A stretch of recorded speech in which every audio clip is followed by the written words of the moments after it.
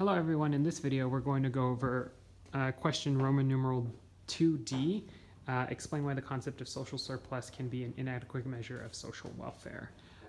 So I know for some classes I didn't get to model for you how you would sort of answer this mock question FRQ on the AP Microeconomics exam. So we said that there's a difference between these task words describe and explain. And then we kind of settled on these definitions that describe is a list of characteristics of something to define.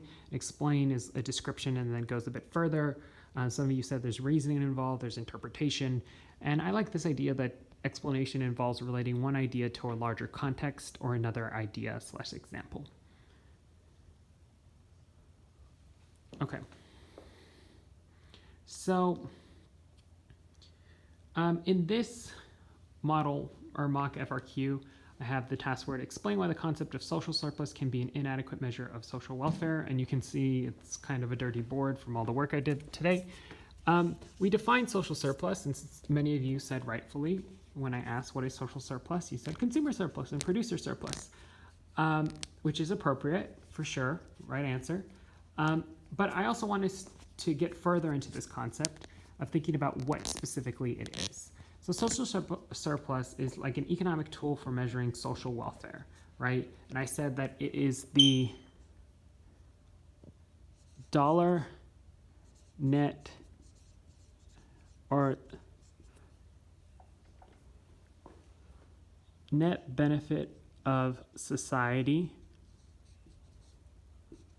in dollars for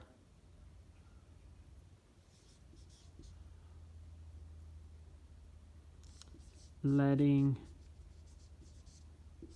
markets do their thing. Or leaving markets alone would be better. Leaving markets alone. I'm going to erase this, but the net benefit of society in dollars for leaving markets to their own device, right? Of course, it's an imperfect measure of social welfare, but it is nonetheless a measure. And we can see the components of social welfare here, consumer surplus and producer surplus in this monopoly market. And then, I'm already giving away the game. And then just producer surplus in this monopoly market, right there. And what I wanted you to do in this example, right, I really primed you, right? I really nudged you, and the AP graders may nudge you.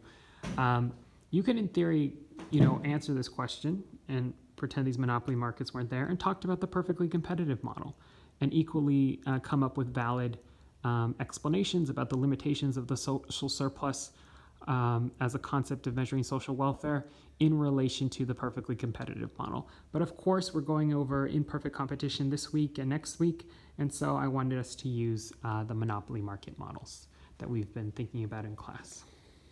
Okay, so that's why they're there. And I wanted to also untangle this idea of consumer and producer surplus further, right? I know I've said this a million times, but consumer surplus really reflects this idea that there are people higher on this demand curve, above this price point, that would have bought this good or service for more money, but they decided not to. So this purple area reflects that consumer surplus, the net benefit consumers get from this market price being set by the monopoly market. And then producer surplus is right here. It's everything above the marginal cost curve. In the perfectly competitive model we developed, it would be everything above the supply curve and below the price, right? That would represent producer surplus. And it's this idea that the monopolist would have been willing to supply, albeit at varying quantities, different goods and services. Or, I'm sorry, receive a different price, but didn't have to. They got this price point. And we see that in this example, we end up with a market failure. We talked about a market failure, and I said I was super excited about a market failure. Some of you guys weren't, and I was super disappointed, but some of you guys were equally excited. But this is our first market failure, right? And it suggests that in this market, leaving this market to its own devices, we don't end up with the social welfare maximizing or the social surplus maximizing area, right? We end up with this black area where we called did weight loss. And we said in a perfectly competitive market, we wouldn't get deadweight loss. That these demanders, as long as they demanded the good above the marginal cost to produce that good, would be service. But in this example, we get deadweight loss, right? Because it's a reflection of the monopoly's market power, their ability to charge a price greater than the marginal cost, right? Their markup. But nonetheless, from this example, it may not capture, right, everything that is powerful about this idea of social welfare, right? Because potentially this market could have been artificial, right? This market could have been created. This could be an example of a patent market, right, artificially by the government in order to incentivize people through monopoly profits, because you can definitely make more profits in this example than in a perfectly competitive example or an example or a non-monopoly. And monopoly, every firm wants to be in a monopoly because that's where you can make the most amount of profits. But the government could have created this artificially to incentivize the monopolists to actually come up with a great, maybe life-saving drug or pharmaceutical intervention, or maybe it's just a great innovation and technological change, right? And so that's really not captured by this kind of social surplus, or this graphical representation of that social surplus, right? And so we could start there, and we could ignore.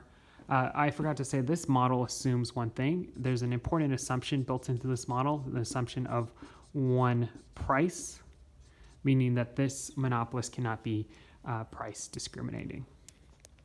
And then we can explain the limitations of the concept of social surplus. I would start off with a description, right? Social surplus, and I'm gonna kind of try to cheat because I don't want to hold my front. And then I'm going to say that I'll define what social surplus is: the net benefit society gets from leaving the market to their own devices, right? And so that's sort of a description. And then I'll put is an inadequate measure at times because I'm just gonna put at, sorry guys, I know my handwriting's usually better, but obviously unique filming circumstances, measuring social welfare, and then we're gonna put because, and then why? Well, because in a government created monopoly,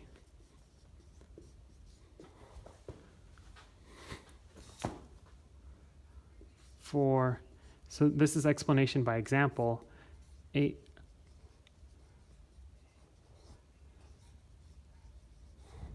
government created monopoly, or maybe we'll just assume a government granted patent, and then in parentheses put government created monopoly for a life-saving drug. These social benefits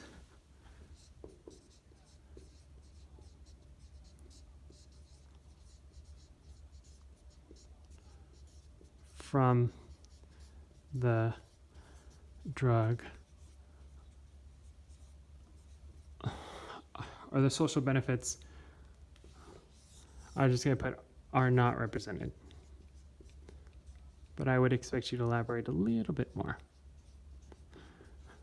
All right, so this is an example of the description would come in you describing what social surplus is, and then you're relating it to this example of social surplus, and to this example of a government-created monopoly, specifically a patent designed to incentivize innovation and the creation of an invention of important ideas and drugs and technology as not kind of being captured by this model. And then equally, we could also talk about